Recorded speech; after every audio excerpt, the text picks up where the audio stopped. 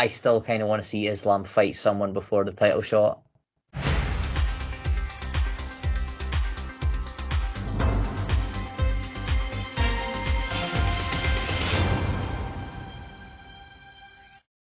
Hey guys, and welcome back to another episode of the Weekend Warrior podcast presented to you by MMA Torch. I'm Rhys Lawrence, and joining me as always on the Torch is Editor-in-Chief Sean Covington. On today's episode, we're going to recap a lot of combat sports action that happened, starting with Bellator 275 with Austin Van der Voort coming up short against one of the greatest MMA fighters of all time in Gegard Mousasi. We're then going to be taking our attention over to UFC Vegas 49 with Islam Makhachev putting on another dominant performance against Bobby Green, aiming for a title shot. But with breaking news coming in from this weekend's co-main event being out, it seems that Islam Makhachev could do the turnaround back-to-back weeks and face Rafael dos Anjos, potentially, more for that to come.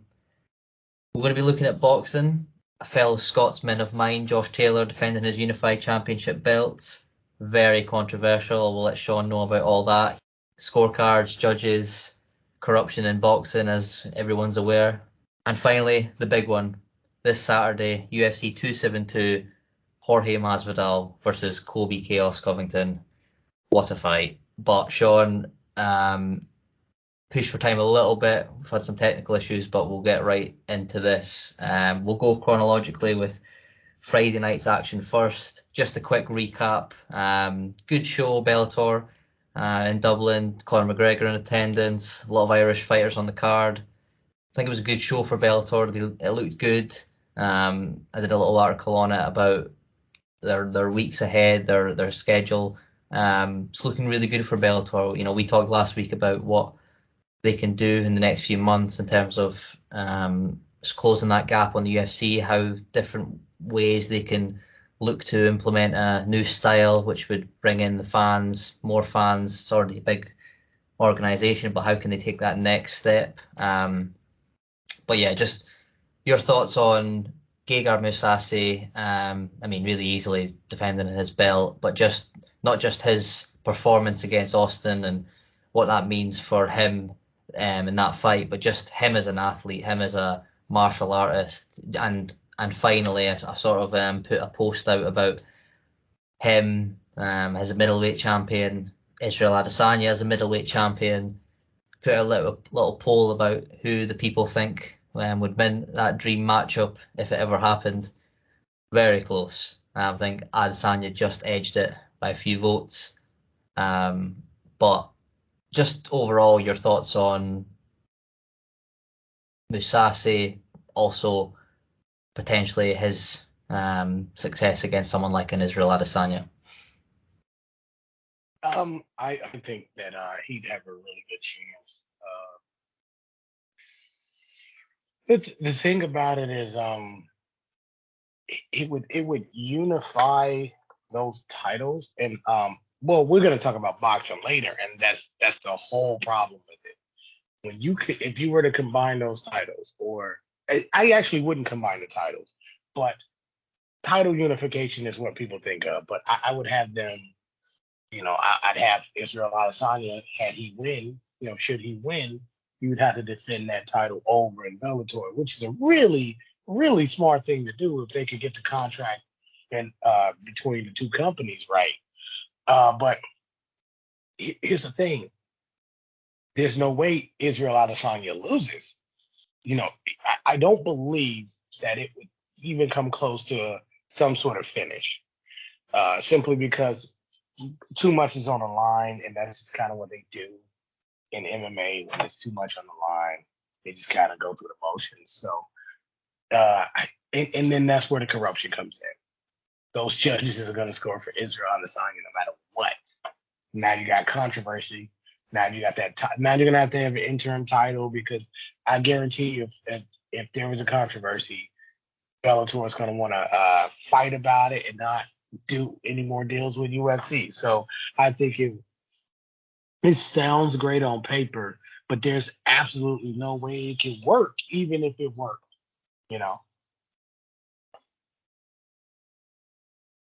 Yeah. I like that point about unifying the titles. You're right. It's it's never going to happen. That particular matchup, unless one moves over to the organisation, it won't be Adesanya moving over to Bellator.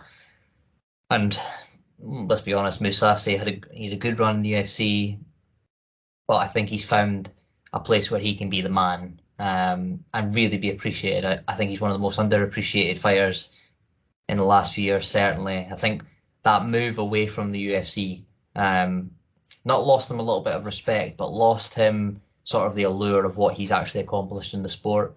Almost 50 career pro wins, multiple time champion, fought in all the biggest promotions in the world. Incredible fighting style, so exciting. Just a traditional martial artist, a pure martial artist, and it can be bittersweet when a fighter that you enjoy watching moves away from the organisation that you're most familiar with, and perhaps you cannot then watch them in their next stages of their career. If you can't watch, the likes of Bellator, it's not as widely available as UFC is, and it's just I feel it's good for those type of guys that perhaps didn't get the respect they deserved in the UFC, and they find a new home and they really get that respect, and they find a new home, and they find not just comfort in the fact that they are now being appreciated, but also just being respected, and it shows in the performance. He was just so much better. I saw when I seen the finish, I thought Austin was holding his left shoulder, and it looked like he was potentially injured, and the broadcast wasn't really picking up on it, and I was like, why is no one? And then when you seen the response from Austin, he didn't mention anything.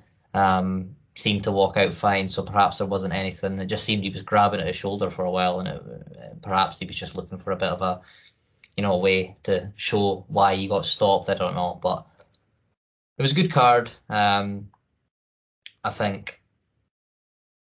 I mean, what do you think? Do you think it had more hype than normal? Yeah, I was gonna say, yeah. Mostly because of Austin. If we're being honest, he was a perfect opponent, Mousasi. Perfect opponent. It's not that he had a ton of notoriety, but we knew who he was outside of MMA. So he had not true crossover appeal, but in a way, he had like a default crossover appeal to him. And I think that went a long way for Bellator, because you got to find interesting and creative ways to give a damn. So, because it's Bellator and they don't really make you. So that's what really made the card. You had two known fighters, and you had an outcome where hey, if there's an upset, then we can really run with this story. Like, we got something. And if we don't, then we still have the default story of here's this great MMA fighter who we don't really have to debate the legitimacy of. We can start to put him in the ranks of the best in the world. Not that they weren't doing that before, but like with far more legitimacy than normal. Just because. Yeah. I think that's a good point about Bellator, because probably week to week basis, they're trying to branch out. You can see they're trying to, because let's be honest, right now their cards are in what you would call, if you look at a UFC pay-per-view, it's stacked top to bottom, and it's not just because name value, it's fighter ability, it's fighter quality. I mean, they're the biggest promotion. They've got the most fighters signed. They've got the most options to sign fighters, so you would expect that. But you just look at a Bellator card, and I was praising it. I thought the schedule they've got coming up was incredible, really, really strong. But when you do look at those cards, it's strong from the fact that the main events are so good. But when you look at the full card, you're like, a lot of guys 0-0, 2-1, 3-1, 2-2. Those type of young guys who are perhaps not the quality you would overall look for at this point. But they are growing. I thought the card was good overall. It was good, what you like about Conor McGregor if you don't like him, but having him there is obviously great exposure for the company. A Dublin show is always going to do well. They've got a great atmosphere, good fan base, a lot of Irish fighters on the card. But I think obviously they'll know there's things they can do The pay-per-view thing's a bit interesting in terms of when you look at the card, is it worth pay-per-view for some? But probably another discussion for another day. Also, we do have to move on quite quick. There's a lot to discuss today. Obviously, with what's going on in the world, Sean, it is quite difficult to just sort of keep it traditionally about what we usually talk about. We do sort of cover not world news, but we do talk about sometimes more important things than MMA. Obviously, a lot happening with Russia, Ukraine. I mean, we'll talk about Islam Makhachev's performance, but did you have any thought in your head about, obviously Islam, Khabib, his Russian teammates? This is all going on a Saturday where days prior an invasion into Ukraine by Russia, and one of the most popular names in Khabib Nurmagomedov is sat at a UFC event training his teammate, and it's nothing that it's Khabib's fault or anything like that. I mean, he probably does have a relationship with Putin, so there's a bit of a strange dynamic there. But just in terms of seeing that, were you thinking of anything else other than the fight, or? I was thinking, how can some people be actually coping with it, because you never really know. You could say they're in solidarity with their leaders, but you never really know. I mean, people here in the States aren't down with Trump, so most obviously it's quite interesting that Masvidal and Covington are going to fight. Yes. And I'm like, hey man, you guys need to stick together because there's not a lot of you at all. So, but it's interesting from that point of view that they're not, they're on the right side of this thing in terms of they're not going to protest. They're not, so they should be doing fine. But you gotta wonder if their focus was just a little bit off from what they wanted to do. Although, like I said, they are they're the aggressors in it. If you can say that. I want to be pretty careful about how I word it. Not that I really give I care that much. I'm just trying to be as PC about it as possible. And I know they don't necessarily have to be, because they do have a dog in the race, So that's pretty much where I'm coming from with it. Like, I'm just kind of surprised that they were as focused, even though, like I said, they're not on the receiving end.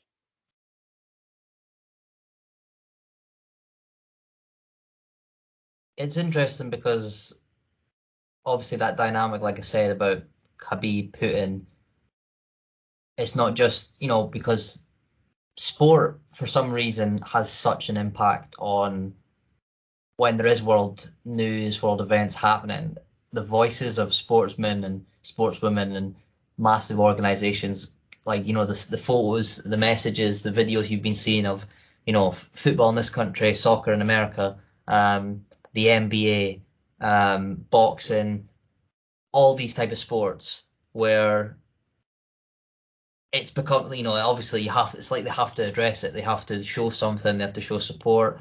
They probably want to in most cases. But it's crazy the impact that sports having right now, and it has had for years on current events. I think, obviously what's going on, we don't know what's to come. Let's address. Yeah. Let's deep dive in there just a little bit more. Okay. Do you think sports should have that much influence in today's politics? You think they just should they be taking a stand, or should it be more entertainment based? I think so. Let's look at it like this, right?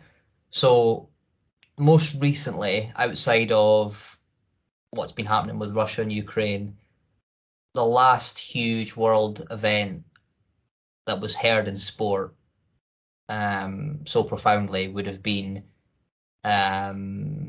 George Floyd, Breonna Taylor, Ahmaud Arbery, these type of names that were the focal point, especially in the NBA, especially in the NFL, where that was where sport, I think, especially in America, but here in the UK as well. I mean, football players taking knees before games, soccer players, sorry, taking knees before games, and that was the first I had really seen of a collect, because we've seen iconic messages, photos, moments in sports history revolving around race, revolving around civil rights. Go back to the 60s, but what we're talking about here is a collective idea, but from sports heard throughout the world, revolving around world issues. And that was the first I had seen where it affected the whole world. Every sport was doing it. Obviously, the news was covering it, so it was everywhere. And this is sort of like that again. The question you asked about, should it be done in more of an entertainment way? I don't think so. In fact, I really don't think so, because when you're dealing with such issues like this, I do think it's a little strange that there's such importance that sport have. I know there's so many eyeballs watching these games, watching these matches, where you think they should do a message because it's been seen by so many eyes. I get that point, but the fact that a lot of people out there are viewing such important matters through the voices of people that aren't really experts in that field, that could be a little bit dangerous. I'm not sure, but I wouldn't lean towards the entertainment thing. I would lean to being more serious. What about you? No, no. What I meant was not being entertaining. I meant just concentrating on being an entertainer, like concentrating on just go out there and instead The of game, making yeah. commentary. Yeah, concentrate on the game and just don't say anything about it. Where I stand with it is, if I tune in to watch an entertainer, and if I tune in to watch an entertainer, you entertain me. That's it. I don't want to hear. I don't care what you think politically, to be honest. And people say, "Oh, how could you say that?" It's like, well, guess what? People hate Kobe Covington and Jorge Masvidal for their views, but it's only okay to hate them when they got different views from you. You don't want to hear what they're saying if they're not talking about George Floyd or something, which they probably wouldn't be. But if they are talking about it, it's okay. So it's a double standard for one, and two. That's not why I tuned in. Two. That's not why I tuned in. And that's what people's problem with Colin Kaepernick and stuff was. I got completely different stuff, uh, feelings regarding that. But I'll go there for a second. Um, Colin Kaepernick's mixed. And I watch, and I hate the 49ers, by the way. Let's get that out of the way. So I'm not just saying this because the first part is going to be biased. I hate the 49ers. This clown was kissing his biceps and stuff, right? He wasn't kneeling. He was kissing his biceps, and he was a media darling because he was mixed. And I always hated that. I'm saying, man, they only like you because you light skinned and because you're half them. Oh, look at what our half did. Oh, look at that. He's so cool. He could talk to the media. Then he wasn't so good at his actual job of entertaining us. Wasn't entertaining at all. Then he got another half black girlfriend, whatever she is. I don't even think she's actually black at all. And then he started making political statements, and I'm like, what are either one of you doing? Like, I know people who actually went to school with him, and that was not who he was. I'm not saying you can't change. I'm not saying you can't change. I'm saying, where was that energy from the beginning? There are plenty of athletes that we can point to and say, oh, this guy's been about that from the beginning. In American football, they have the Walter Payton Award. Guys who've been doing community service and giving back. There's plenty of people that do all that stuff all the time and are always about those issues. And I'll kind of sum it up in this: like LeBron James, we didn't hear him say much of anything. Um, in other people's affairs until it came to not bad mouthing China, and then he was like, "Oh, let's hold on now." To be fair, it was because he was actually physically there, and yeah, it was kind of stupid to say something that would harm people that were while they were right there. But he still backpedaled out of the whole thing and said, let's leave China alone. And it's like, what? Like, you mean we can't take a shot at him? Now, I don't think you should take that shot at him when your people are over there, but if you're going to take a shot, take a shot. And he was like, nah, let's not take a shot at them. So that's why I say just leave the whole politics out of it, because LeBron James, he was saying all this stuff about Kyle Rittenhouse, and now Kyle Rittenhouse is looking to sue him. It's not smart to do so, because you said, you mentioned people not having all the facts, and LeBron James is one of them. I don't care if he's a poor black kid from Akron, Ohio. I don't give a damn. I never liked him. Can't stand him. You called a 16-year-old king. What? And it's who we just playing around? No. King, no. And I get it. I get the reference. Obviously, I know you get it too. And that's a great reference. But you call him king. And then you've been trying to usurp Michael Jordan's actual records and effort. Yes, that's some of the Chicago Bulls bias coming out. But you've been trying to usurp this stuff. You've had an agenda from the beginning. And that's the problem with a LeBron James. This guy isn't the GOAT. He isn't the greatest of all time. We just saw on the national media, we just saw that in the NBA All-Star game that he wasn't the best of all time. Completely different reaction to him versus Michael Jordan. Like Michael Jordan they called him his airness. They joked around with the fact that he was such a great entertainer that he was the king of his sport. They called this idiot king for real, and he literally crowns himself. There's a big difference. Also, Michael Jordan famously wouldn't take political stands. And there's a reason for that. So for all of that, I say let's stay out of it. Obviously, athletes and politics isn't always a great combination. It can be at times quite powerful, but right now, I think it can promote a very positive message in a very troubling time. But obviously, aside from the Habib Islam relation to whether it be Putin, his team, obviously being a native of Russia, it's hard. It's not really something that they can completely focus on when Islam's looking to get a title shot at the top of his game in MMA, huge star. So it was difficult, but obviously, as Islam and Habib normally do, they win. Decent card, but obviously the main attention was to the main event due to the late pullout. Bobby Green stepping in. What was your? We both sort of said that, like, as anyone would, that could have been easily been possible. What happened? That did happen. What were your takeaways, really? Not just, obviously, it's too obvious to say, like, Islam was just really good. What were your takeaways? Like, I sort of felt initially that I still kind of want to see Islam fight someone before the title shot. I'm not really behind this. Don't get me wrong. I think he's ready now. But when did we stop becoming? When did it stop becoming that you need to fight the top talent before fighting for a title shot? I mean, he's won however many in a row, but have any of them been in the top 5, top 10? So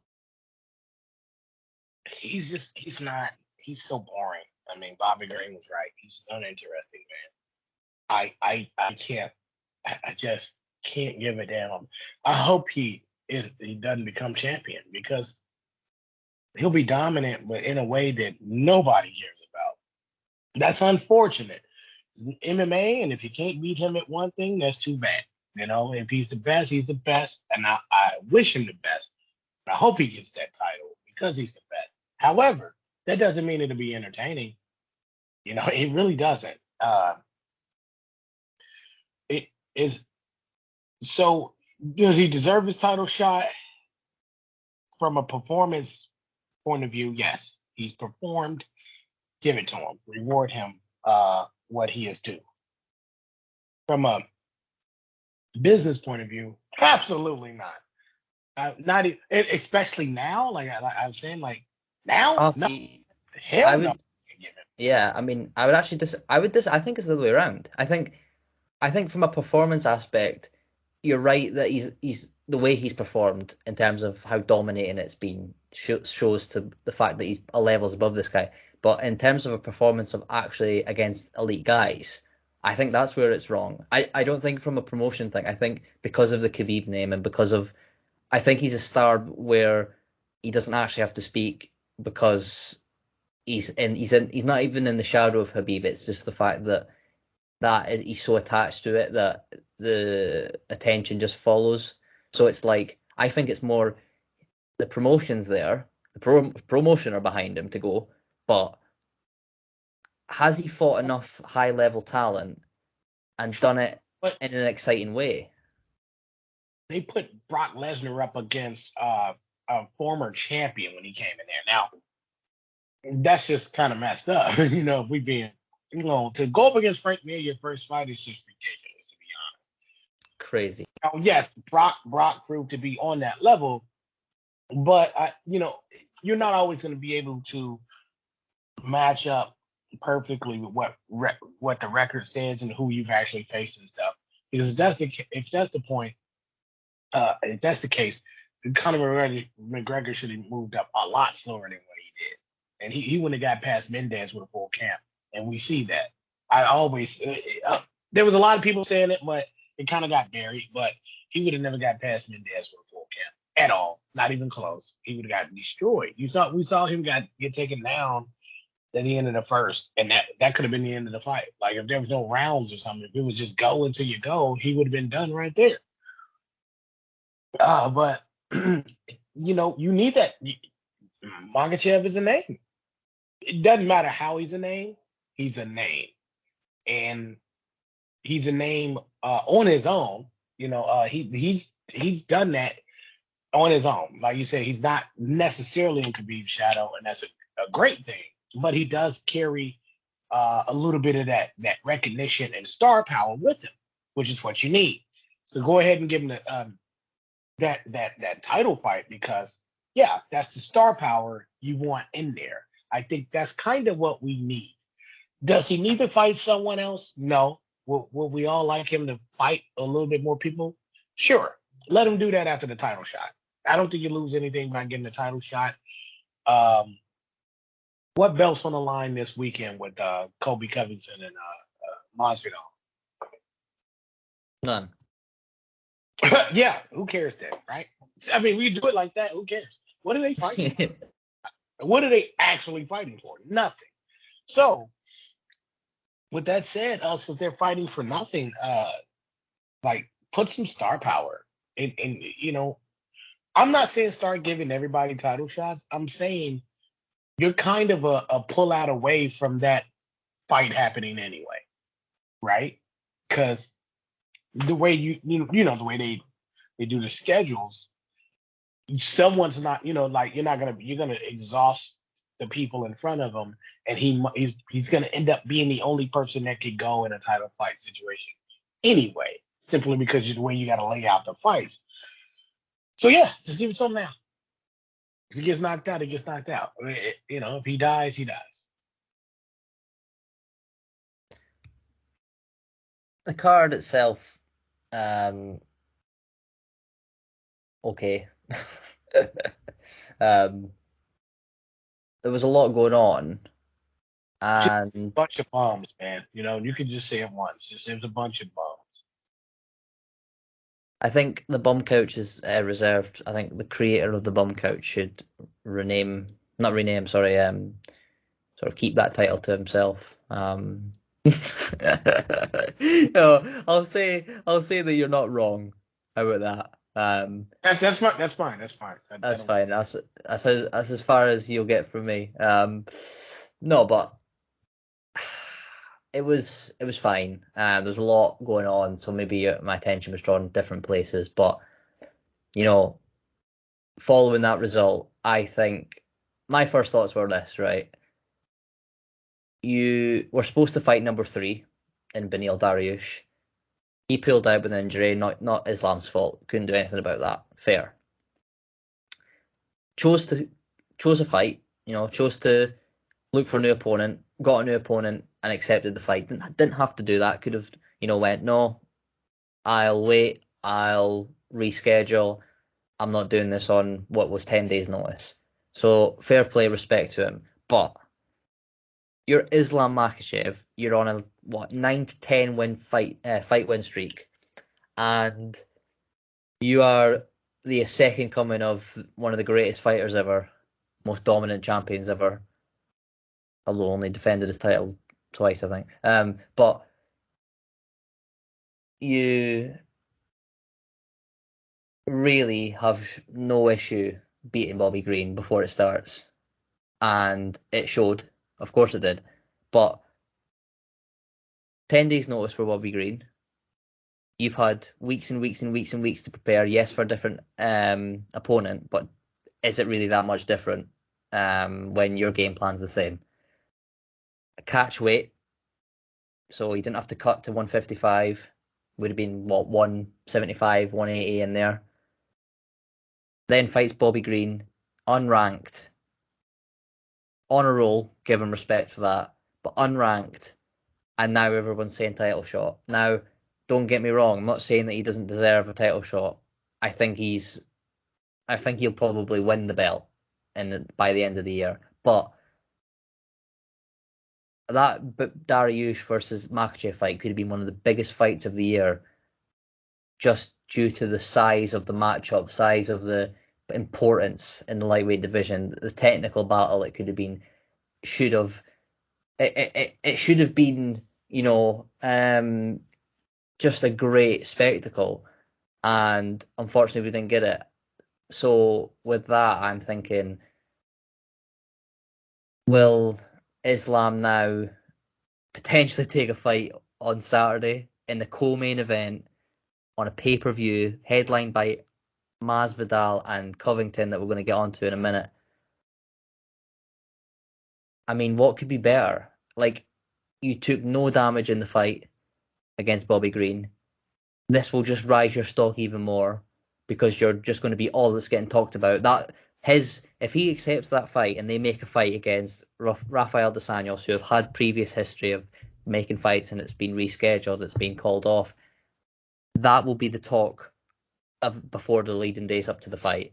He will walk in there and steal the headlines because of it, and the risk to reward ratio for him isn't huge, but it isn't minimal where there's no point. I honestly think if he takes that fight, wins it in dominating fashion, although it's not Beneil Dariush in terms of rankings, it's back-to-back weeks, and if he puts dominant performances on, that in my mind that would make me think, okay, fair play, give him the title shot now. But right now, I think.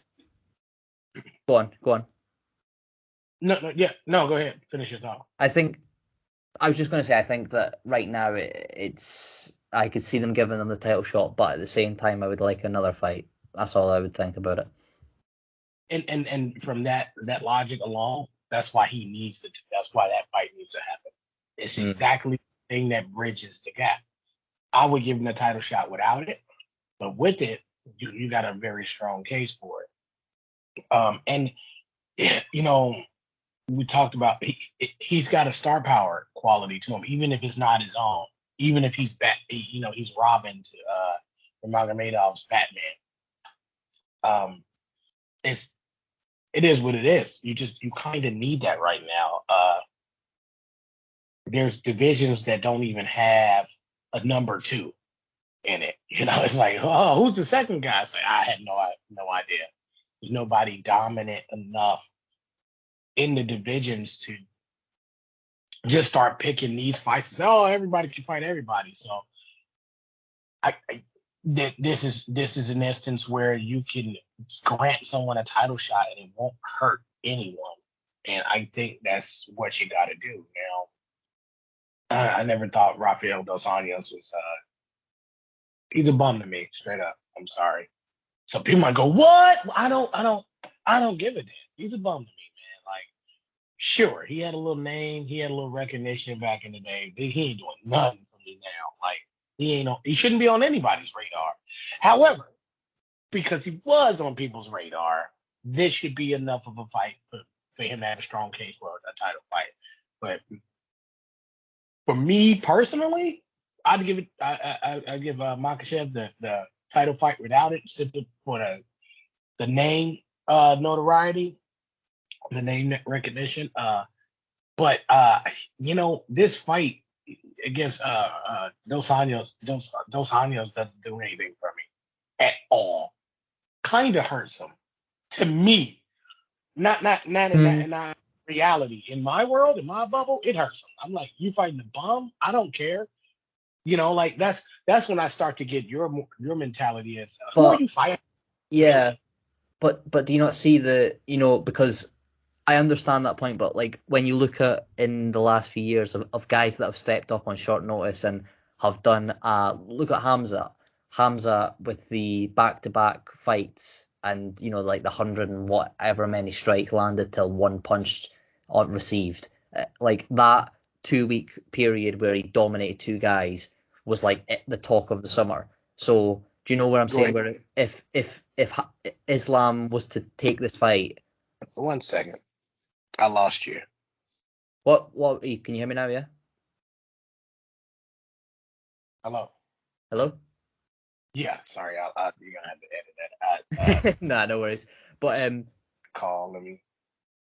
Yeah, I mean, what I'm saying is that Hamza element where he did it and it was 2 weeks back to back, it was a domination. If Islam could obviously win the fight that he did against Bobby Green, and then 6 days later takes on. I know what you think about Dos Anjos. Yes, he's past his prime, but it's more of the what he's doing, not who he's fighting. It's what he's accepted, what his mentality is, where he goes, "Oh, I'll have anyone, and it doesn't matter how many days, and I'm going to take the spotlight away from this huge pay-per-view. This pay-per-view is going to be massive. It's going to do so well in America. It's going to be bigger here in the UK because these two guys in the main event, they just draw numbers, and it's." I just think like he could do something a bit like like a wrestling type thing where you get a surprise return during a time where there's a character build of someone that's say John Cena returns and every crowd goes crazy because obviously it's John Cena, like him or hate him, he's everyone knows him, but at the time there's a young rising star that everyone's backing because he's never had the opportunity and he's getting there, and then John Cena comes in and takes the shine, puts him to the side, and then fights Roman Reigns for the belt. That's like I'm just just sort of comparing there where Islam could just take all of the hype that's going on. Not all, but some. Yeah, you're not wrong at all, and I'm saying that's why it'd be great for him. But that story, but if we're looking at the fight itself, it's for me. I'm looking at that fight on paper, lost interest, total interest. I already said Islam Makhachev is a boring fighter to tears. Like I've wept on the floor watching him fight. Wept. I'm not kidding, but no, he's so boring. And then I'm gonna watch that fight, and past his prime is just a buzzword for bum to me. Oh, he's past his prime. Well, he's a bum. He's gonna fight a bum, but because he is enough of a star, a rising star, that if he did take that fight, it would propel him to the heights he needs to, in everyone's eyes, legitimately earn a title shot. So I totally get what you're saying, but this fight pushes me more towards my mentality, towards the mentality you have now of him, like he needs to fight someone else. Because if you fight a bum, I'm like, hey man, there's homeless people all around Chico, California, where I live. If I fought all of them, would it matter? Standalone gym is also here. So I would say, man, Rhys, I beat up like 10 bums today. It's like, yeah, did you go to standalone gym and fight anybody? No. But I beat up 10 bums today, though. Like, it's like, sure, but what do you got? What else you got? Yeah, I mean, that element to it, obviously I'm talking about the build up and what it could mean just for his profile, the story. You know, we obviously, Sean, massive wrestling fan, myself included as well, and I obviously MMA the main thing for me, but just the storyline just as important to me in terms of, because that's, you know, if people don't agree with that, that's where the money is. You know, we're not tuning in with the same excitement without all this build-up of Colby Covington and Jorge Masvidal from the training days. You're not excited as much as you would be should those two just coming in for the number one contender fight against Kamaru Usman, and there's no bad blood, there's just mutual respect. Don't get me wrong, people would still watch, but if you're telling me that you're having the same level of anticipation without that storyline, you're lying. And that's why I'm saying Islam coming in here, taking that shine. But I agree, the fight could be so much similar to the Bobby Green fight. It could be a boring contest, a very one-sided contest, which is why I see the argument for putting Islam right in against Charles Oliveira. And I just want to get your thought just before we move on to our next topic about Islam opening up as a almost, I think, minus 500 favourite. I might need to double check that early doors against Charles Oliveira. What's your thoughts on that? Like, to me, I think that's so disrespectful to Charles Oliveira. I just can't get my head around that. It's bullshit. That's what it is. I Thank hate you. to have to say it. It's complete bullshit. And I hope he gets the title shot and Oliveira kicks him in his head and sends him born at wherever. I've been watching MMA since the VHS days. This is what's gonna happen. He's gonna get in there with Oliveira. He's gonna try to dominate him with some wrestling, and Oliveira is gonna get out of it because that's what he does. He's gonna get out of it and he's gonna win that fight.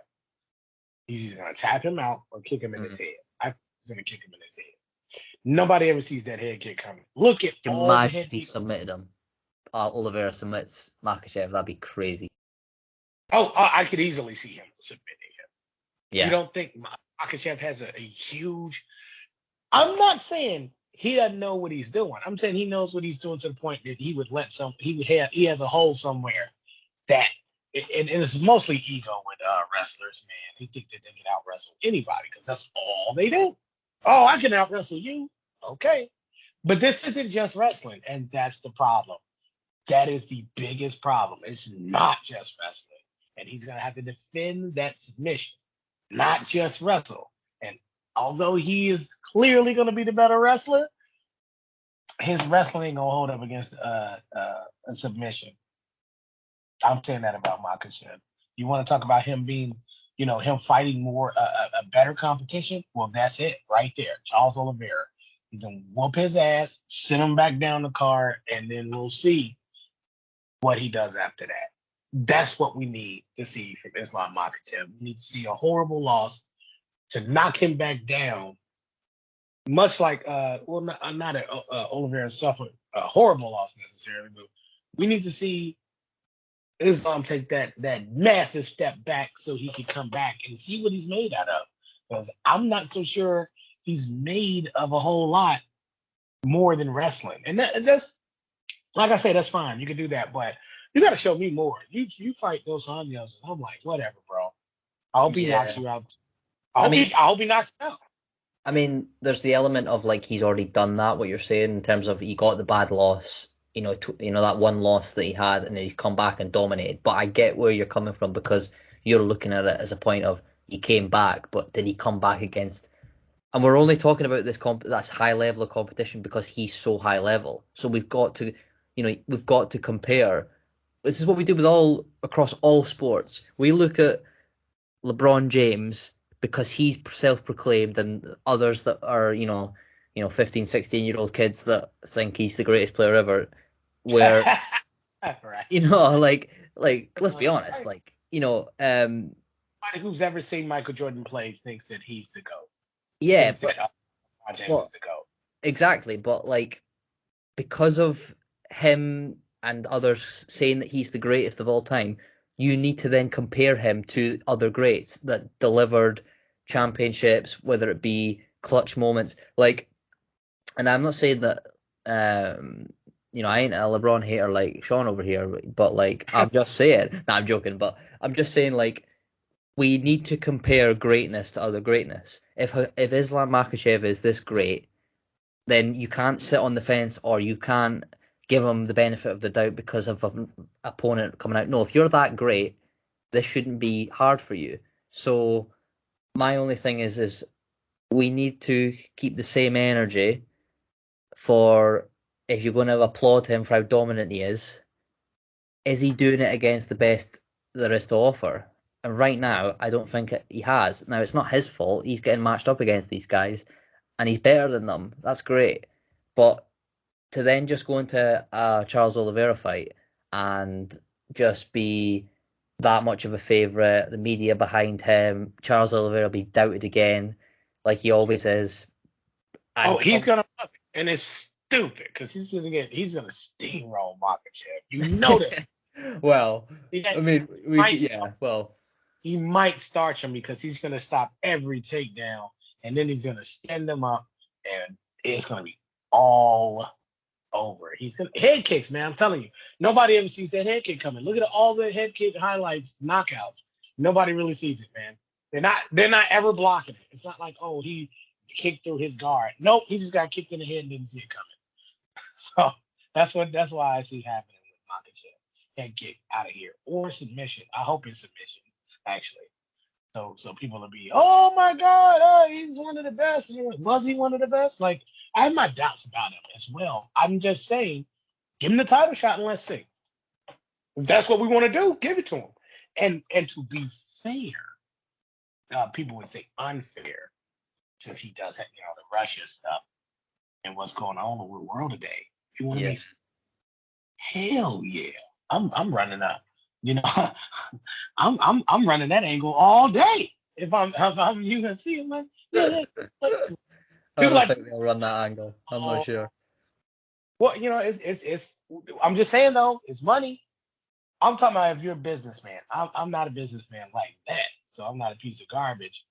But yeah, if I was Dana White all day long, yes, I am definitely giving Makhachev the title shot. So maybe we can put him, put that belt around him. Really makes some people uncomfortable. I think obviously depending on what happens in the next few days, if Islam is to take this fight, if it happens with RDA, that changes things obviously in that division. We'll see what happens.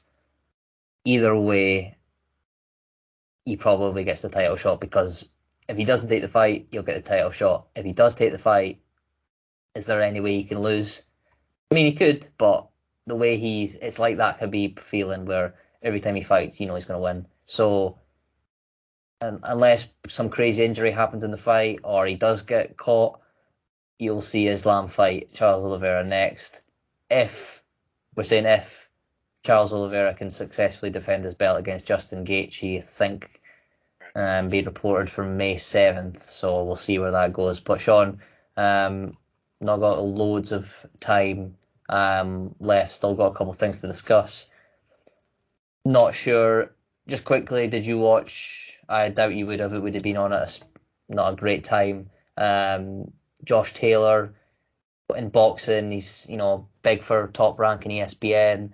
It was a Top Rank in ESPN show, but it was being shown on Sky Sports here in the UK. Josh Taylor, unified lightweight champion in boxing,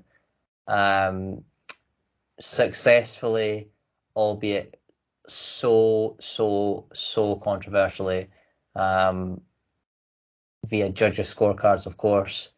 12 rounds decision, split decision against Jack Catterall.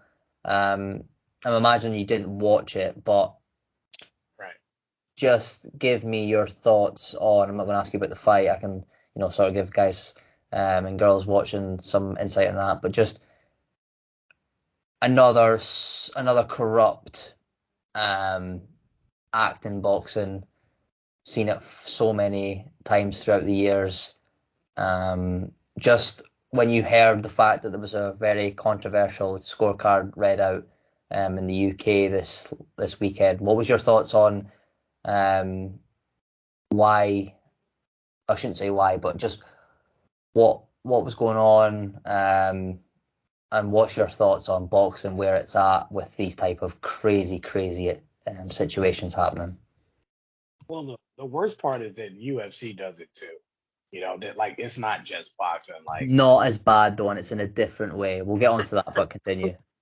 no. What I mean is like it's so out of control that others have uh, learned from that and they do it, and that's the worst part about it. Really, I mean, boxers have been doing this for hundreds of years. Like 100 years, hundreds of years.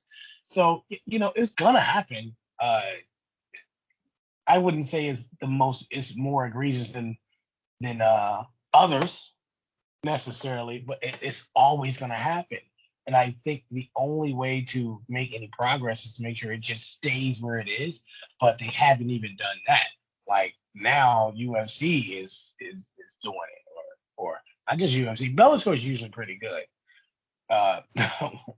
considering. But there's more in UFC, I guess. But it's hard to say that it's even worth trying to stop, because it's already leaked into everything else. It's why professional wrestling is scripted completely. You're not going to get rid of it in combat sports. It has to go like this. I know nobody wants to hear that, but this is the way it always is and the way it always has to be from a certain point of view. It's a business entity. It's a business, and everybody wants a piece of the pie. And you can't, like, if it's not money you're getting, it's something you're getting, and you're gonna make the right decisions that are right for you, even if they're the bad decisions for someone else. So it doesn't have people say follow the money. Well, yeah, you can follow the money, and you can find out exactly why that decision was made the way it was. But it's, like I said, the worst thing that could happen, the worst thing about it is that MMA has followed suit. It's not going to get any worse than that, because now you got corruption on all levels now. You can't even go somewhere else. If somebody wants Francis Ngannou to win a boxing championship, is he going to win it? Of course he is. There's no way around that. Even if he doesn't actually win it, they're going to award it to him. And that's just the world we live in when it comes to entertainment and sports. That's why LeBron James gets certain calls in the NBA Finals. That's why they suspended Draymond Green in order to give the Cleveland Cavaliers a game in that finals where, Steph Curry didn't beat LeBron James. But to be fair, Steph Curry, being as great as he is, should have been good enough to beat LeBron James, because he did not. So that's on him. Yeah, there is that element of not favoritism, but just an agenda in sport where decisions want to be favoured in a certain way, and it's shown. And that's a good point you make there, because it ties in with Top Rank, ESPN, all their executives from the highest of highs in Top Rank and ESPN were in Glasgow, Scotland on Saturday to watch Josh Taylor. Now that doesn't happen often, and it doesn't happen for many fighters, but because Josh Taylor, who is a unified 160-pound champion in boxing, he's one of two men that are unified, him and Canelo. So he's a big deal. Might not be the biggest name, but when you watch him and see what he's done in the last year or two, I mean, it doesn't happen often. So watching that, seeing them in the crowd at ringside, before the fight ended, I was thinking, like, seeing online that he's going to get the decision here, because, and you make a good point about the difference between MMA and boxing scoring. Now, you're right in terms of, obviously, MMA judges is, a massive talking point, has been the last couple of years, but there is a huge difference between MMA judging and boxing judging, because The UFC is the UFC. They have a select pool of judges that are assigned every fight night, every pay-per-view, and they answer to the UFC. So there's no agenda, there's no favoritism, there's no he signed to this promotion, he signed to that promotion, so I've got to. No, there's none of that. It's just they see it and they see it badly a lot. We know that. But in boxing, judges would have had an agenda to see, if possible, Josh Taylor wins that fight, because top rank execs, ESPN execs, they wanted him to win because they've got big things planned for the future for him. Boxing is so behind on this agenda, and it shouldn't even be a thing. We shouldn't be sat here talking about what could be described as one of the biggest robberies. I sort of tweeted about that, something along those lines. I mean, I wouldn't say it was one of the greatest ever. Definitely one of the biggest in the most recent time, and it's going to have a lot of actions pending on it. This decision, but boxing, because of the separation of promotions, the agenda behind wanting a fighter to grow. I mean, Sean, I went to the Anthony Joshua Usyk fight back in September, and I'm not sure how familiar you are with British boxers. There was a young man called Campbell Hatton, the son of Ricky Hatton, who fought Floyd Mayweather. You might remember him. Mm-hmm. And his son fought, I think it was 4 rounds, maybe 4 to 6 rounds on the undercard of the Anthony Joshua Usyk card, and he got a boxing lesson, and the scores were read out, went the decision, and he won the fight. Now, I'd say probably 60,000 people, 65,000 people at that fight night. It was in a stadium. The whole crowd booed. Ricky Hatton, who is a legend in this country in boxing, loved. His sons loved because of that, and he got booed. He got booed out the ring, and it wasn't perhaps totally aimed at him. Obviously, to the judges more, because as fans, we have bias, of course, with our fighters, but I'm sick of seeing these types of results. And Josh Taylor, Scottish. I'm Scottish. I want him to win more than anything. But when you see fights like that and the way it went, he got knocked down, he got a point taken off, and you see that result and you think, this is why boxing is so far behind in terms of in the last couple of years. It's fallen off. People are saying it's dead. This just kills boxing. What happened here is killing boxing. Here's the reality of it. And I'm going to use a Michael Jordan analogy, but it's not going the way you think it is. He wasn't. He was a winner, made it to the playoffs with one of the worst teams in a long time in the NBA when the Bulls were really bad. He first got there. He turned them 100% around, all the way around. He wasn't drafted first though. He was drafted in the first round, but Michael Jordan was not the first pick. And the crazy part is. People said he wasn't going to win a ring, much like LeBron hadn't won until he moved to Miami. But people weren't really rooting. Like, were we rooting for him? Sure, because it was a good story, but he was an underdog at some point. He couldn't win. He didn't get superstar calls, and he couldn't win a decision. So he just started knocking people out. He just started saying, I'm not losing no more. And he stopped losing. He never lost a championship series. You can lose a game, but he never lost a championship series. He's 6-0. Perfect. If it's a championship scenario, you're going to lose to Michael Jordan. If we're putting these people in championship scenarios in combat sports, who is it on ultimately to win that fight? Them. The boxing, the scoring is corrupt, just like everything else is corrupt. There was a big story. Oh, no, stop, Amazon. Don't do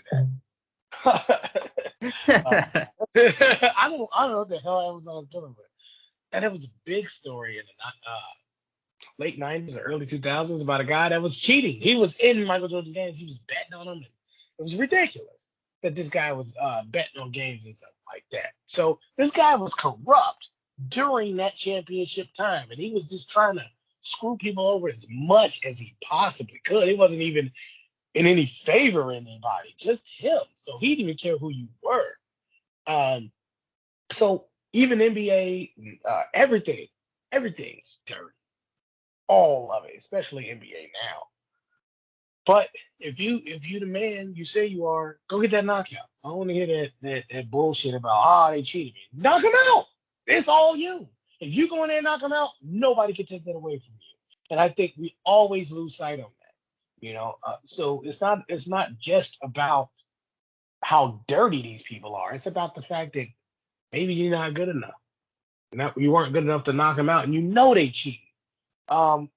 Maybe it's just a black thing. I'm used to adversity. It's like, man, yeah, overcome it. If you can't overcome adversity, should you really be where you are? Sounds kind of messed up. Well, yeah, why is there adversity? Because that's just what it is.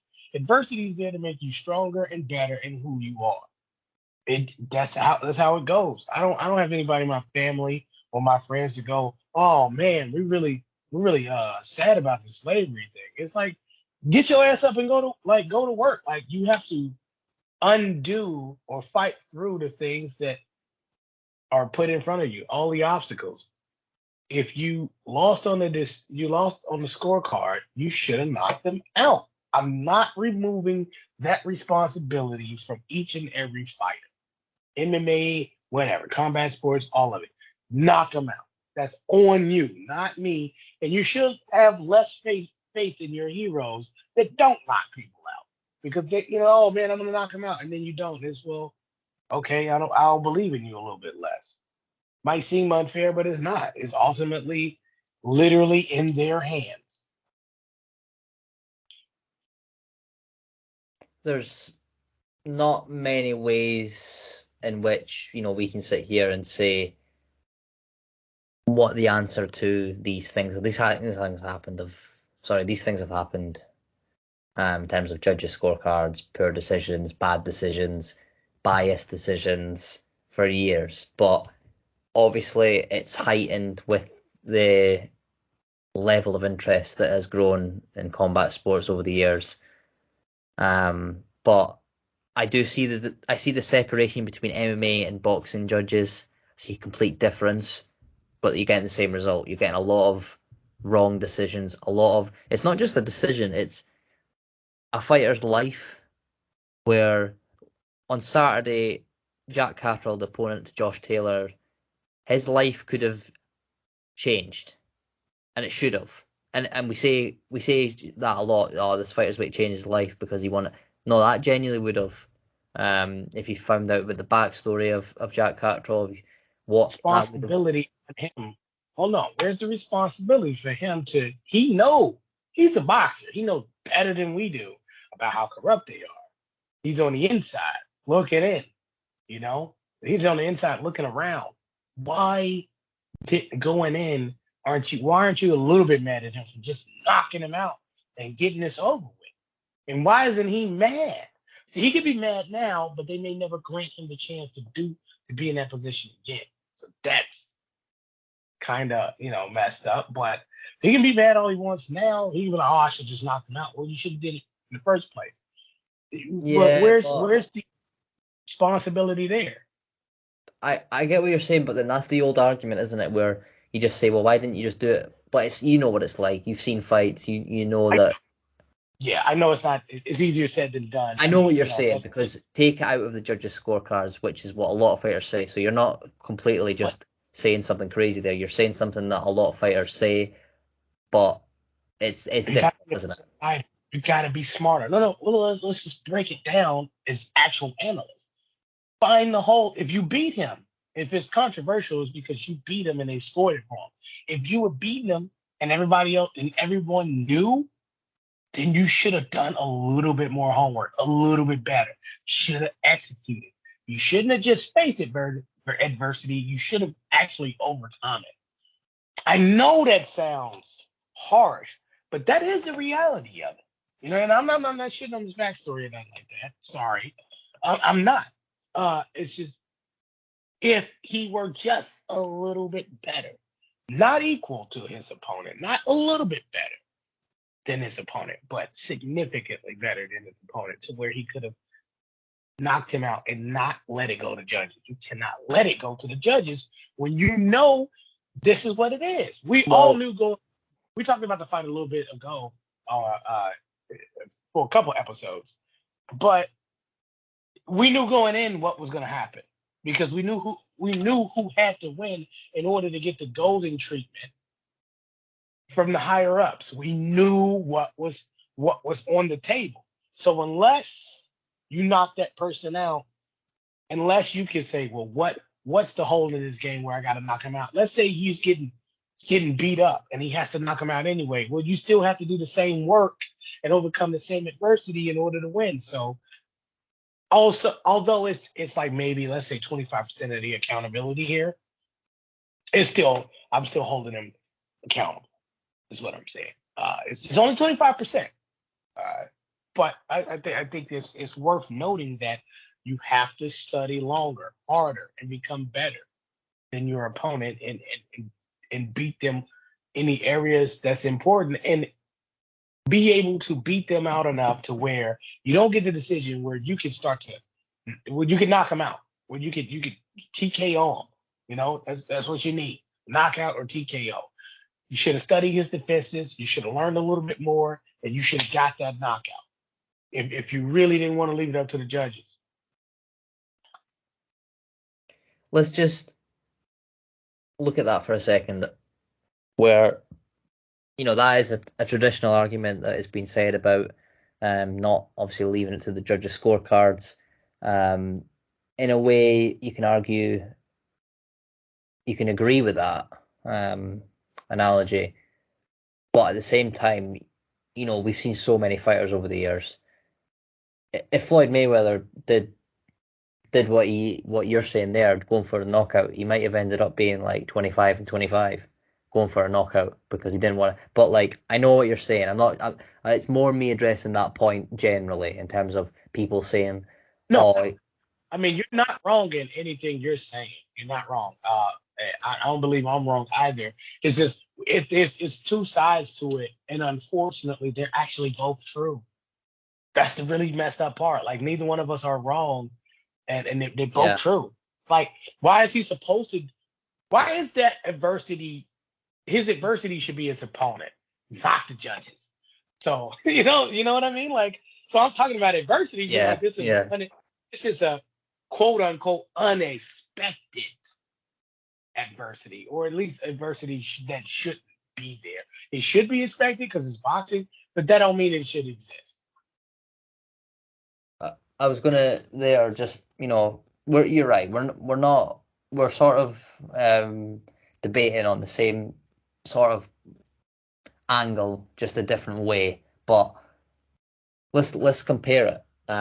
This sort of problem that boxing, also MMA, has with judges' scorecards, how judges are fight, how they get into the position to be a judge when there's so many problems behind that. There should, whether there should be investigations, whether there should be better training, better everything really. But let's compare it because we're talking about MMA, we're talking about boxing, the difference. But let's say for argument's sake, what you're saying about going for the knockout, when Dominic Reyes, in my opinion, beat John Jones in a 5-round fight a couple of years ago.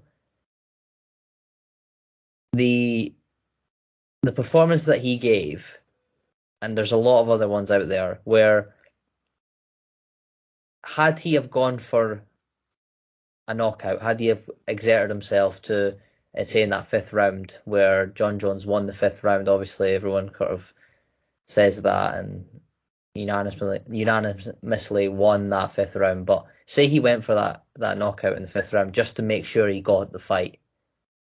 I know it's not what I'm not just quoting you, it's quoting what generally people say, and got caught reaching in and lost the fight where up until that point he might have been winning on the scorecards. Now he wasn't in the end, but that problem with I've done enough. I feel obviously he did enough. I thought he won the first 3 rounds. Where now, if I leave it to the judges' scorecards, I should be in good hands because I've done so much that I can get there. And now people are saying, "Oh, you should have just knocked him out because you then would have definitely won." And now you're going to sit here and complain saying, "I beat John Jones," when history says he didn't. But I feel a fighter who gives a performance like that, I think that's just as good at times where you can win a decision against the great and knock out a great. It's different. But why should a fighter have to knock someone out or have to submit someone to get a win when they've done enough in the full distance of the fight? I don't agree with the fighter giving their all, albeit not being impressively with a finish and still not rewarded for that. I think that's unfair. It is. According to the sport, it is. If we just take the word fight, I'm like, well, who got killed? Who died? Who got knocked out? If you fight on the street, it ain't over until you get your ass knocked out. So that's just what it is. Ain't no judges just gonna score it and be like, well, you know what I feel like. No. One of you isn't walking away, or one of you's been loaded into an ambulance. That's how this ends. That's how every single fight should be ending. People, I know that doesn't happen. Sometimes people are just so technical and so good, it's not going to happen in 15 minutes or 25 minutes. Don't have a problem with that. What I have a problem is with Reyes still lost. He's still a loser. Jan Blachowicz started whooping his ass. He had to go in for the kill too. There too, didn't he? He still got knocked out because in reality, if he was going to lose the fight, it's just going to be what it's going to be. He still got knocked out going for a knockout. That's unfortunate for him, but that's the way that cookie crumbles. You're a fighter. If I say go submit him, and you're like, well, maybe I'll win on the cards. I'm like, well, I'd walk away from you as your coach. If you say, man, I think I can win the fight, man, I'm like, if you don't think if you don't believe that you can win this fight by submission or knockout, don't fight. And that's the problem with all of these combatants of today. I'm going to win via, not all, I'm sorry, mostly UFC guys. And I hate the attitude and the smugness of the organization. I just hate it. It's like a lot of team alpha male guys have that. Oh, man, I'm going to get this decision. I'm so high energy. Look at this energy output. Did you try to knock him out? This is my big problem with Colby Covington. For a long time, a very long time, he wouldn't go for finishes. On Robbie Lawler, did he go for the finish? I would have skunked him on the go. On that scorecard, I would have 8-10. I would have gave him 8-10 as many times. I would have. You know why? He wasn't trying to go for the finish and end the fight. Tyron Woodley did that in one of his fights too. And after that fight, he said, "Oh, I want to show people I'm more than just a knockout artist." For what? Nobody cares, bro. You think we care. You think we want that.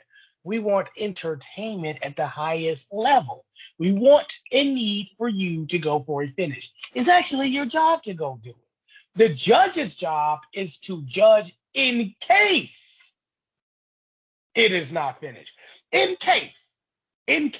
So you're subject to some random ruling from people who shouldn't even be doing this. By the letter of the law, they shouldn't even be doing this unless you fail to get the job done. And that's what it is. It's technically, I failed to get the job done, so it's going to go to a decision. Because you can take the decision out their hands and just end the fight. I know there's a giant disconnect between just end it, just knock them out. It's nowhere near that easy. Not at all. It's ridiculously difficult to just knock someone out.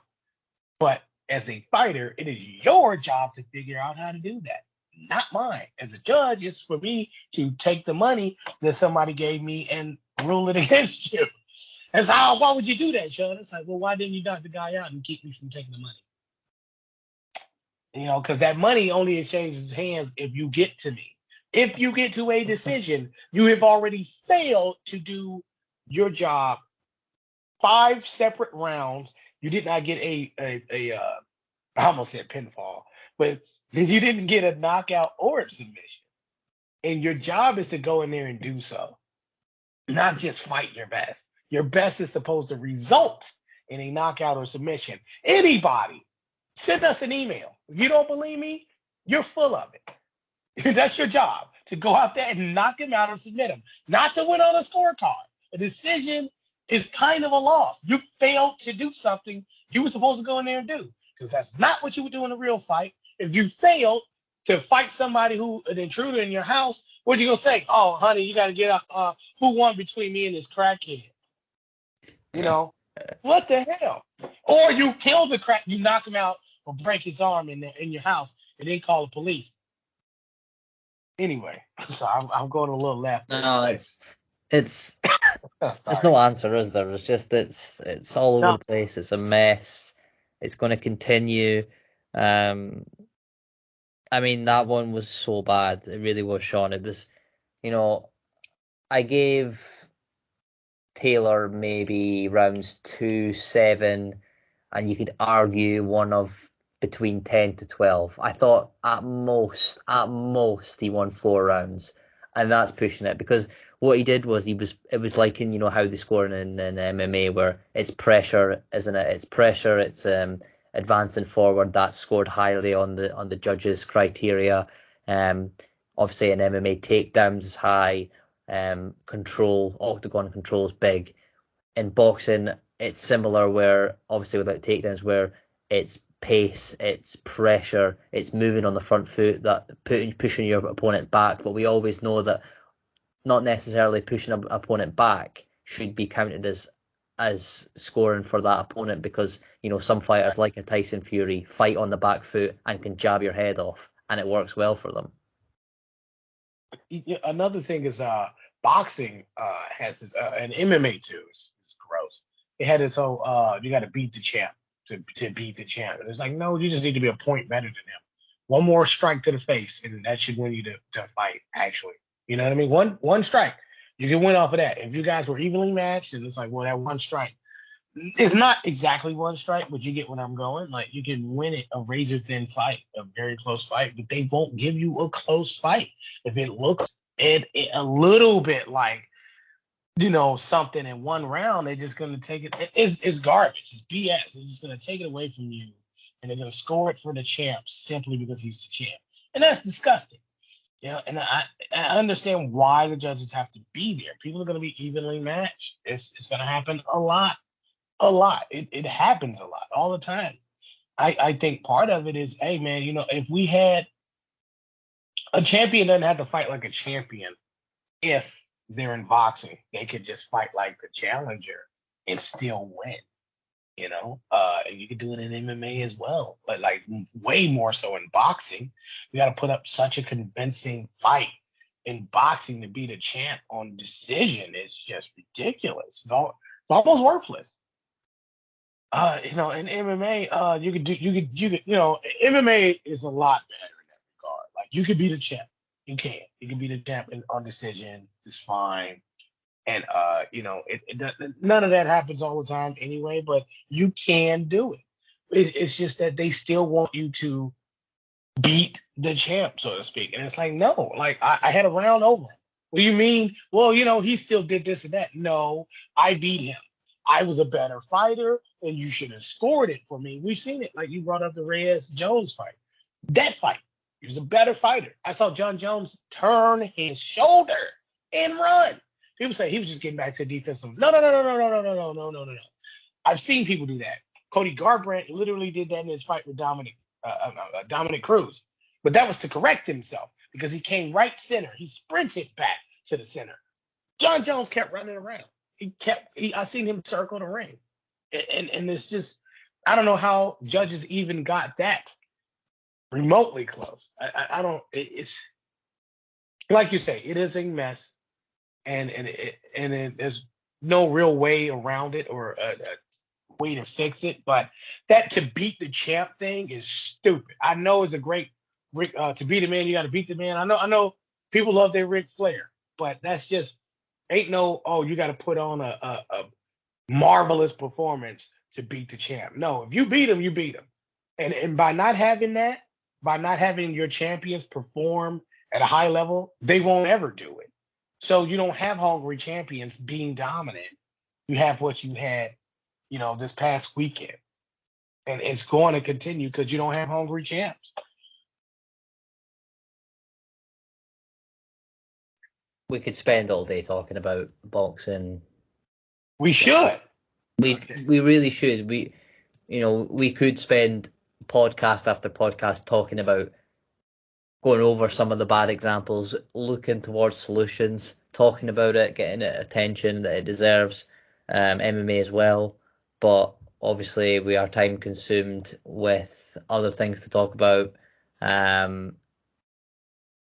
Let's just get right into it. Your thoughts on what could be one of the biggest, I don't want to say biggest pay-per-views of the year because of the fact that the co-main event's just fallen out. It's not traditionally as strong as what a UFC pay-per-view could be, but just because of the main event, I mean, it's one of those fights, isn't it, where that intrigues just a little bit more. You look at the last pay-per-view with Adesanya Whitaker, it was exciting, but we kind of we'd seen it before. We kind of, you sort of pointed out that you didn't really think Whitaker could win. It ended up being really, really close, I thought. But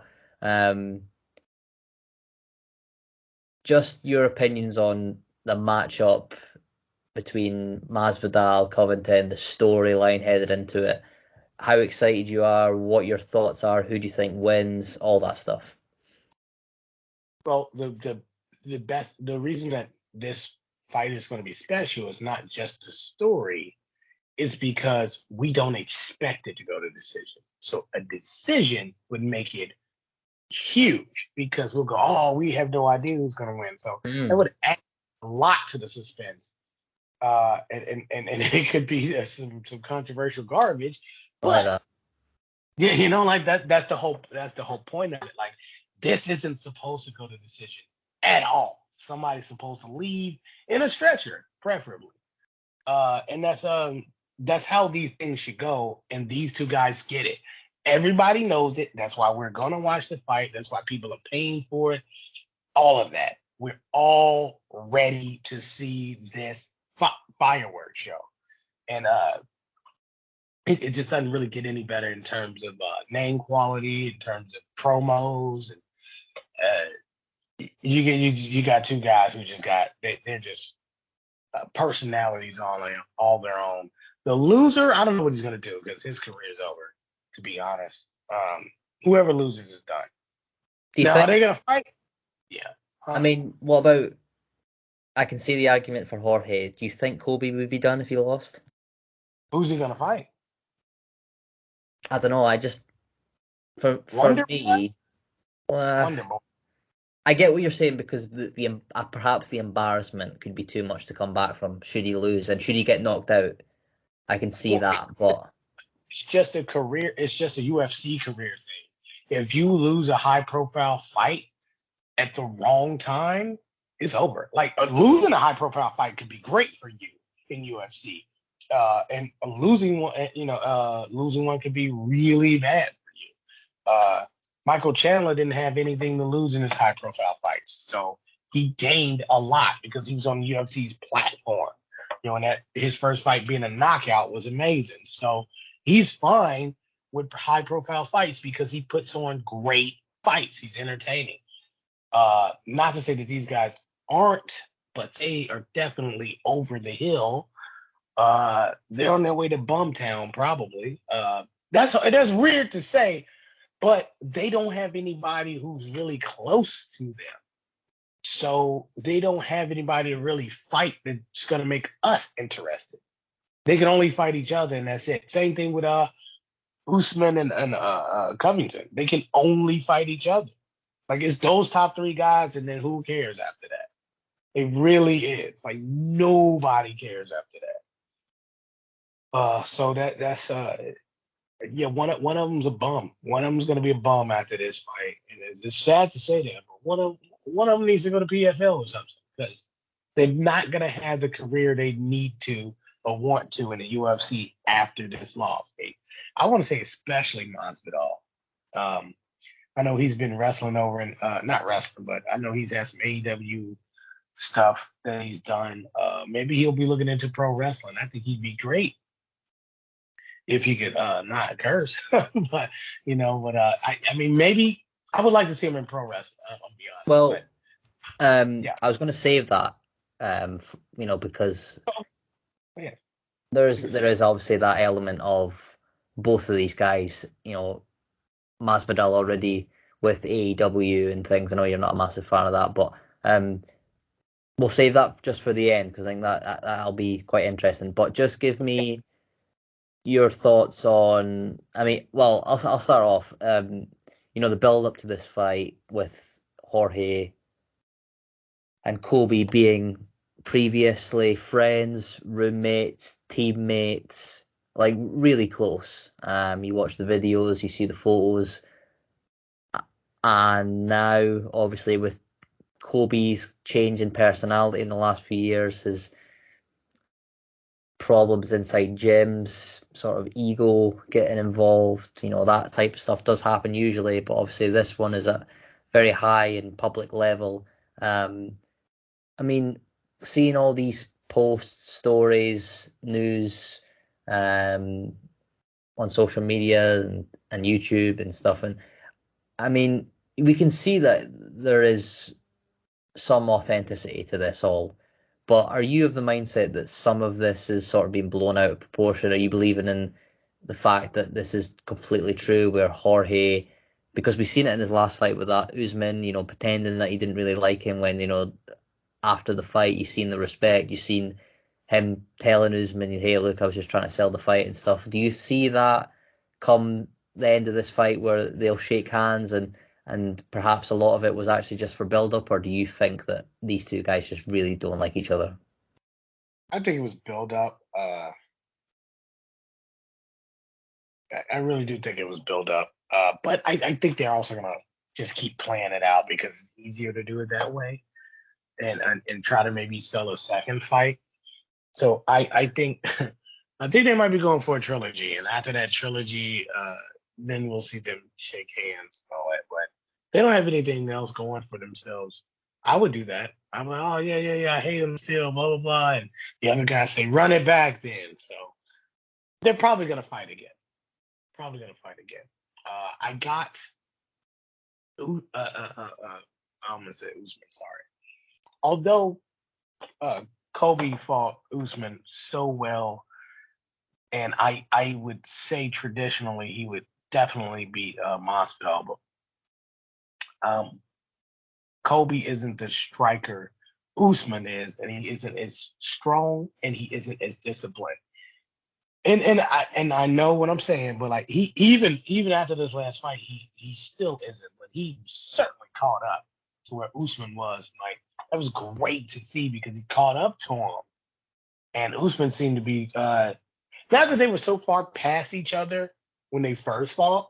Like it was great. The first fight was great, but we saw Usman just tearing people's heads off. Like we saw him on another level, and Kobe Covington matched that other level. It's kind of like Goku and Vegeta. It's kind of like that.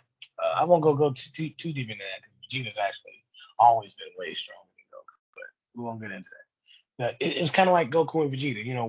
One gets stronger, the other gets just as strong to match. And that's I think that's a great analogy for those two, and kind of why they had so much respect for one another, like after their fight.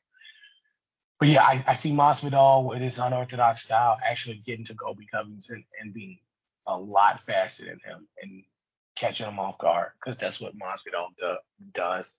Usman knew he was coming from a certain place. That's why he stopped him. I don't think Kobe Covington recognized exactly what Masvidal is doing, and he'll catch him with one. So you're thinking that Jorge's going to win? Yep, knockout.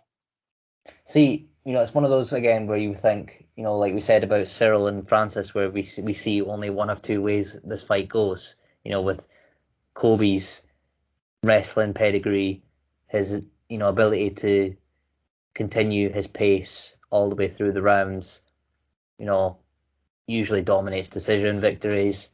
Not so much a power puncher, more volume, some submissions. So if it goes to the ground, there's that threat there. Masvidal, obviously, more dependent on the striking, potential knockout power. So are you seeing it as more of a Masvidal knockout or a Kobe Covington dominating decision? I see. Say that one last time. Sorry. Just like how you're looking at this in terms of like how each wins. Jorge knockout, Kobe by decision dominantly. Is that what you would probably agree with? Yeah, absolutely. And that's because I don't see Kobe wanting to utilize his wrestling like that. I just don't. Um, he, I'm not even necessarily sure that he could because that's what Masvidal had trained for with Usman. I don't see that being something you can do to Masvidal. Like he's waiting on it. He's waiting for you to do it. So the only way you're gonna really fight him and catch him off guard is to be on your feet more if you're a wrestler. So I expect it to be on the feet. I just expect it to end with Masvidal knocking him out. Well, yeah. I mean, I think if it's a dominant performance, it's because Kobe's not falling for any of that any of the techniques that uh, Masvidal is trying to employ. That's all. Because he's a lot of smoke and mirrors. Not not for any not because that's bad, but when I say smoke and mirrors, it's just to he's just trying to get you out of your element, and it works. It typically works. Had he had a more of a training camp, the first Usman fight, Masvidal would have actually beaten him, but he didn't. And then by the second fight, he couldn't get into Usman's head because Usman had already seen what he was going to do. So, yeah, I don't see Kobe even trying to wrestle with him really. Maybe a takedown at the end to wrap up the whole fight, which we see it quite a bit, but that is literally it. Just the one at the end. Well, I think this fight obviously speaks for itself. The build up this week's going to be brilliant. Press conferences, interviews. It's just going to be brilliant. Like Sean said, he made a good point earlier about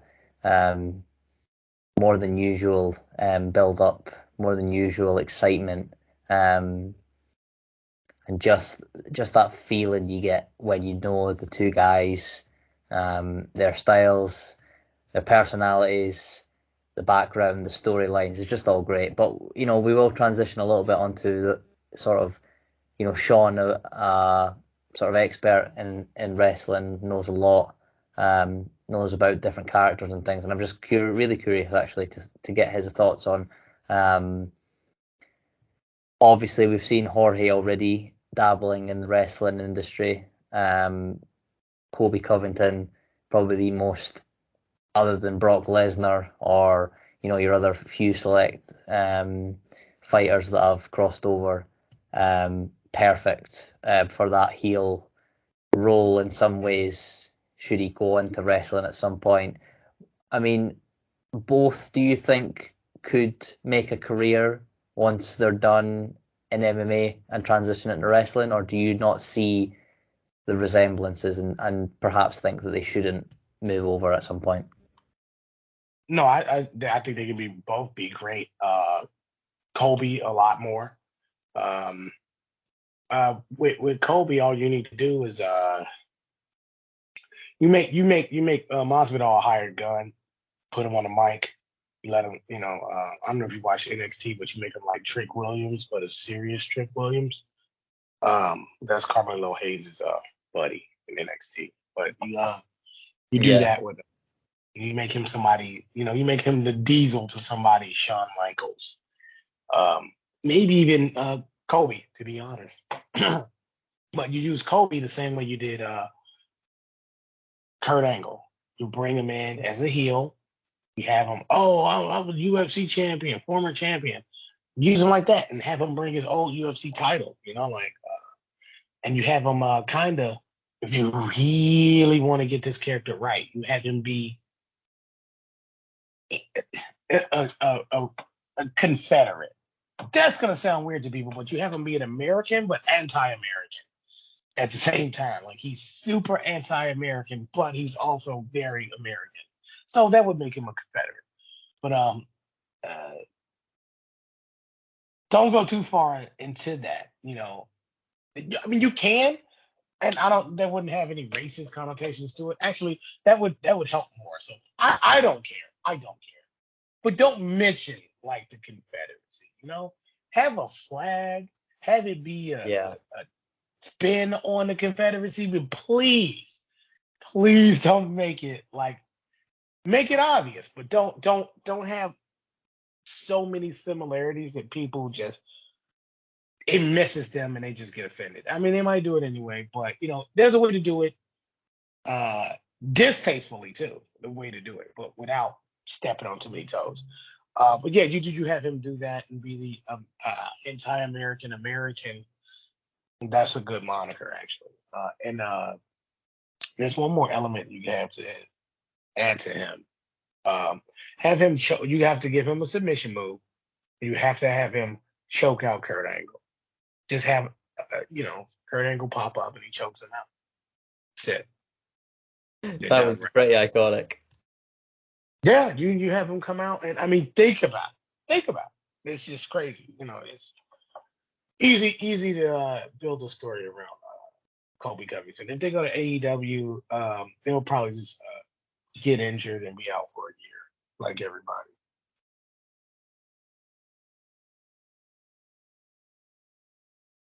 So, like, with Kobe and Masvidal, obviously they're sort of two huge personalities in MMA right now, and potentially could be in wrestling.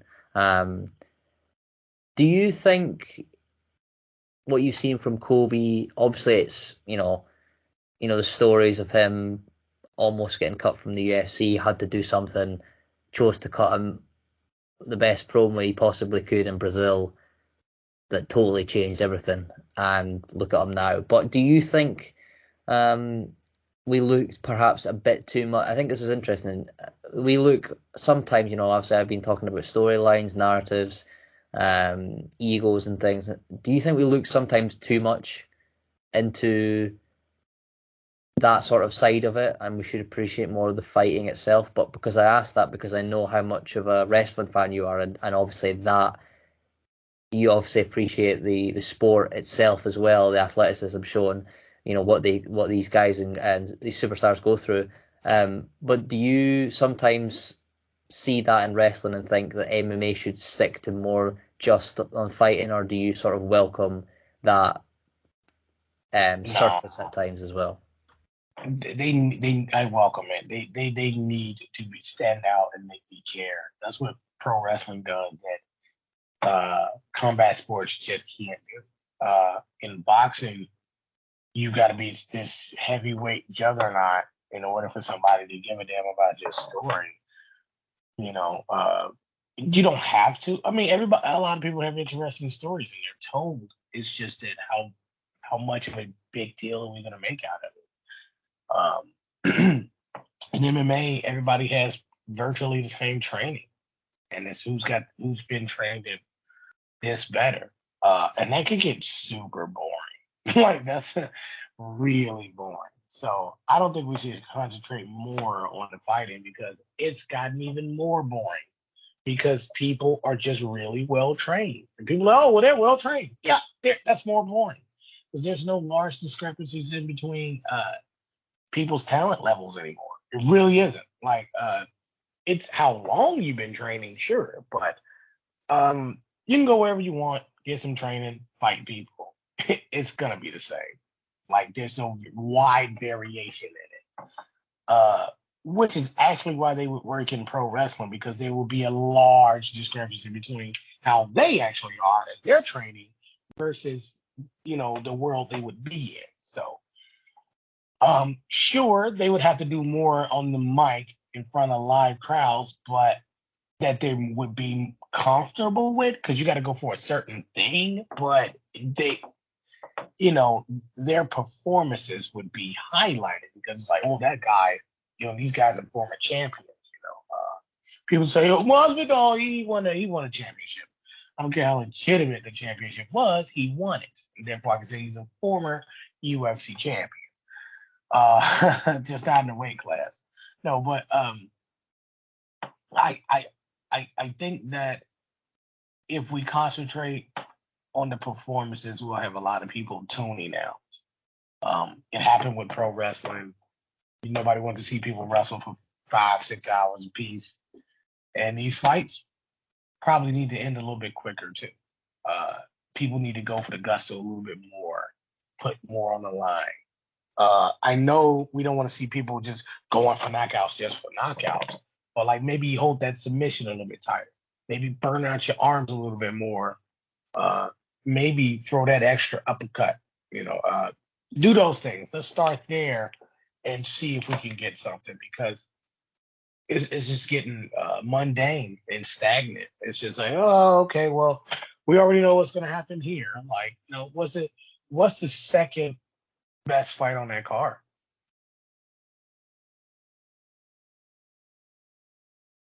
Well, obviously, the co-main event's been cancelled. Pending what happens there, you could have Islam Makhachev versus Rafael dos Anjos. You could have, think of some of the names here. I mean, it's difficult because, some of the guys have already matched up. Who do you throw in there? Who's available? So you got Kevin Holland and Alex Oliveira. Okay, cool. You've got. I mean, the best one would be obviously Bryce Mitchell versus Edson Barbosa. I mean, that's an absolute banger. But and then you got a Greg Hardy fight on there. So you got, so it's an interesting card. It's interesting regardless, even without the code name, which I don't give a damn about regardless. I don't know why you care about it. Dos Anjos is a bomb. You know who he is. You won't say it, but he's so past his prime. When the hell did he? Hold on. When did he lose 13 fights? In the last 10 years? 10 years? He had a hell of a run, and then it was like, yo, he's having a hell of a run the other way. I mean, you're not wrong. The fight could be terrible. Could be good. Say it could happen, but I don't know, man. I think I see where you're coming from, but it's difficult to put that title on a guy. I find it difficult. The prelim card could be okay. Yeah. It's not wowing me, but that's actually what I like about it. The prelims, they don't always disappoint, but when you get a big name in the prelims, it's like, yeah, here we go. And then it's like, oh, here we go. It just sucks. Not all the time, but that's happened way too many times. Actually, I'll say recently it hadn't happened as much, but in the history of that, yeah, you'll get a big name on the undercard, and it'll be like, what the hell's going on? I thought we were getting something, but I like that we don't have this prelim card we're supposed to be really paying attention to. That makes me pay a lot more attention to it. So I'm hoping that this card ends up to its height on paper, but man, it's kind of hard. It's kind of hard to say. But I would say my second fight on there is probably Kevin Holland and Alex Oliveira. Actually, yeah, a big sort of, because Kevin Holland's obviously had so many fights at the Vegas Apex, and he is a fan favorite. He is someone that excites the crowd. Good, probably be a good in WWE or something like that as well. But I think sometimes you need some of those fighters that probably have had a lot, 2 or 3 of the last fights in the Apex with no fans, and you look now where back at full capacity in pay-per-view arenas, and guys like Kevin Holland, they could steal the show. It's a good fight. It's a fun fight, isn't it? Oliveira and him just standing there, probably going to be trading the whole time. Not a lot of wrestling ongoing, and I mean, I think Bryce. Oliveira's going to get cracked, but Yeah, he could easily crack Holland too. yeah. Yeah. I mean, it's one of those young guys coming up, had a few back and forths, ups and downs, but sort of was on a great run, wasn't he? And now going against the guy that isn't too adhered to a loss or two here or there, so it's probably going to be a fun fight. I mean, Bryce Mitchell, Edson Barbosa, probably the highest technical and talent based fight that we've got on that card outside the main event. Who have you got on that one? I'm curious. Man, that one's difficult. I'm gonna go with Edson Barbosa though. Because he said he'd never called anybody out, and he called out Bryce Mitchell. He was like, "Well, he personally wants to end him, so I'm gonna go with that." I like the story of, "Hey, I'm gonna knock you out." Because I don't typically talk trash, but I'm gonna talk trash to you. So I love it, and I'm rooting for it. Well, obviously, a great card overall. Mainly because of some of the names outside of the main event. We are yet to find out what happens with the co-main event, but it should be a great card. It should be a fun week. I'm sure Sean and myself will be tuning in to all the things that Colby Covington and Jorge Masvidal have got to say to each other. Look out in a few years' time, you probably see them in a WWE ring, probably fighting each other again. Like we said, by the end of the what? The year? By the year or by WrestleMania time? Really? In WrestleMania 9. Yeah, man. I mean, they got I don't see too many fights left on the card for them, man. Who else is up? So, Kevin Holland is waiting on somebody. It could be Kevin Holland and Masvidal. If Holland knocks him out, Masvidal's gone. Like, how many times has he lost? Like, we're not really looking at. Look at how many times Colby Covington and Masvidal have lost. Like, if you keep losing the big one and you keep losing big fights, that's it. Like, Masvidal lost 2 top fights. I know it was against Usman. He still lost them. You lose this one, that's the 3rd one. Then okay, let's go. Oh, okay, whatever, sure. Give him Holland. Okay, that's a 4th. Colby loses. That's 2. You know what I mean? That's 2. Now, one more, and we're talking about you out of here, right? So it's a little tricky. UFC doesn't have a whole lot of wiggle room for you to just be losing like that. I mean, so yeah, I see them end of this year, man. I don't see Masvidal fighting too much longer anyway. I mean, this is his 2nd time around, so, and I don't see Covington having anyone else to fight against or anything to prove. Masvidal's 37. He's done. He's hanging it up. Colby could try to make a run, but I don't think it's worth it as long as Usman has that title.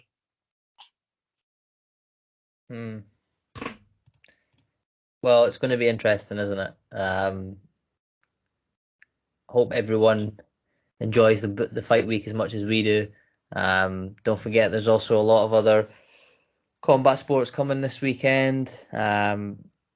Just overall, in a good place, I think, with obviously outside of the horrendous judges scoring of fights. There's a lot of stuff to look forward to this year. But like I said, we are out of time. Been another good show. Talked a lot about different things.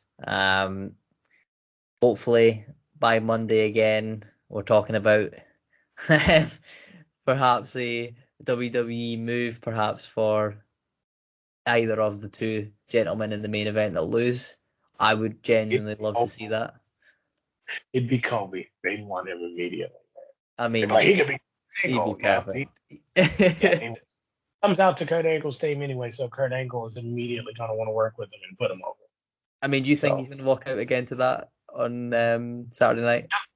still, I think, and I I love think it. he'll do it when he debuts in WWE. I think Yeah. he'll walk out to. He might even wrestle Kurt for his music. Who knows? But he's gonna come out to Kurt Angle's music. People are gonna hate it, but he might even do the ankle lock. I'm telling you, he's gonna be a replica of Kurt Angle, but clearly evil. Clearly. Like it's not even gonna be oh man, he could be turned over. He could be silly. No, he's gonna be a badass that you don't want to mess with. He's gonna have a smile on his face while he's gonna be a lunatic. He's gonna be like Ken Shamrock and Kurt Angle. Oh God, that's a hell of a combination. That's a maniac too. So don't get that wrong. That's a maniac. Well, we'll see what transgresses over the next few days. Great show, Sean. Good speaking to you again. Hopefully everyone enjoyed it. This has been another episode of the Weekend Warrior show presented to you by MMA Torch. Thanks for watching. Take it easy, guys, this week. Enjoy Saturday night, Colby Covington versus Jorge Masvidal. It's a big one. We'll see you guys on Monday. Take care, guys.